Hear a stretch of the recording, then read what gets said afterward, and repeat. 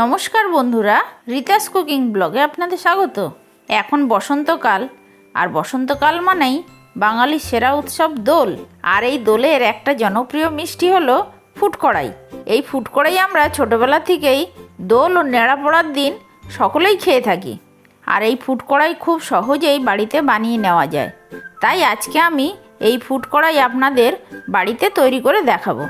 তাহলে আসুন দেখে নেওয়া যাক আমি আজকে ফুটকড়াই কিভাবে তৈরি করি। এই হলুদ মটর আমি 200 গ্রাম মতো নিয়ে নিয়েছি।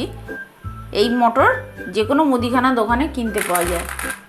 আমি এখন এই মটরগুলিকে ভেজে নেব। তার জন্য ওভেন জ্বালিয়ে ওভেনে কড়াই বসিয়ে দিলাম। কড়াই গরম হয়ে গেছে। কড়াইতে আমি এখন নুন দিয়ে দেবো কিছু পরিমাণ। আমি মটরগুলিকে নুনের মধ্যে ভেজে নেব। আপনারা চাইলে লাল বালি দিয়েও মটরগুলিকে ভেজে নিতে পারেন। আমি এই নুনটাতে আগে কিছু খাবার বেক করেছিলাম, তার জন্য নুনের রঙটা এইরকম হয়ে গেছে। নুনটা গরম হলে তবেই আমি মটরগুলি ভাজবো। নুনটাকে এইভাবে ঘুরিয়ে ঘুরিয়ে আমি 10 মিনিট মতো গরম করে নিয়েছি। এবার এই গরম নুনের মধ্যে আমি কিছুটা মটর দিয়ে দেবো।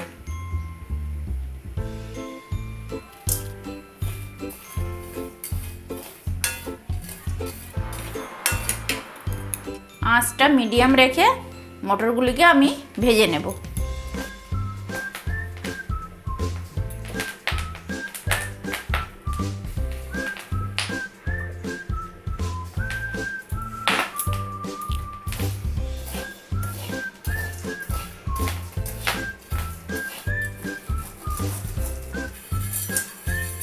দেখুন বন্ধুরা, মটরের রং চলে এসছে। এইভাবে মটরগুলিকে আমি নুনের মধ্যে ঘুরিয়ে ঘুরিয়ে ভেজে নিয়েছি। এখন এইভাবে নুনটাকে ঝরিয়ে মটরগুলি নুন থেকে তুলে নেব। এইরকম একটা ঝাঁঝরিতে রেখে দেবো যাতে বাকি নুনগুলি ঝরে যায়। আবারও কিছুটা মটর নুনের মধ্যে দিয়ে দেবো। মটরগুলিকে এইভাবে নুনের সাথে ঘুরিয়ে ঘুরিয়ে ভেজে নেব।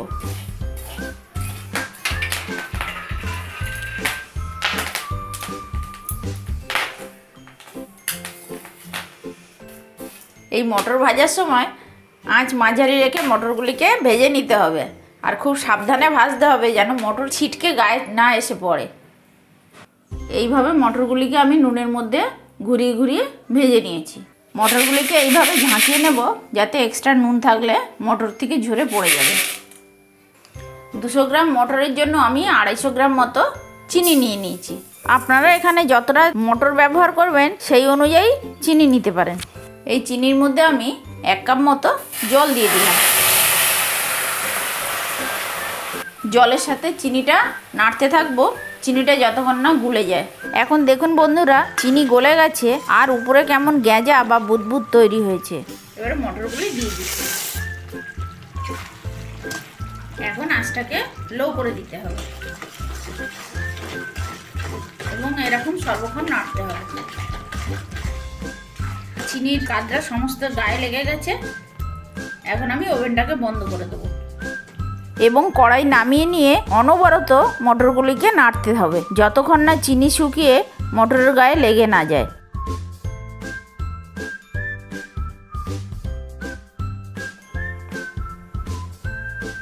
দেখুন বন্ধুরা, মটরের গায়ে কিরকম চিনির কাদ লেগে শুকিয়ে গেছে এবং মটরগুলি কেমন একটা একটা করে আলাদা হয়ে গেছে। এখন মটরগুলির নিচে যে চিনির গুঁড়োগুলি পড়ে আছে সেখান থেকে আমি মটরগুলিকে বের করে নিয়ে আলাদা পাত্রে রেখে দেব। দেখুন বন্ধুরা, কত সহজেই কম উপকরণে বাড়িতেই তৈরি করে নেওয়া যায় ফুটকড়াই।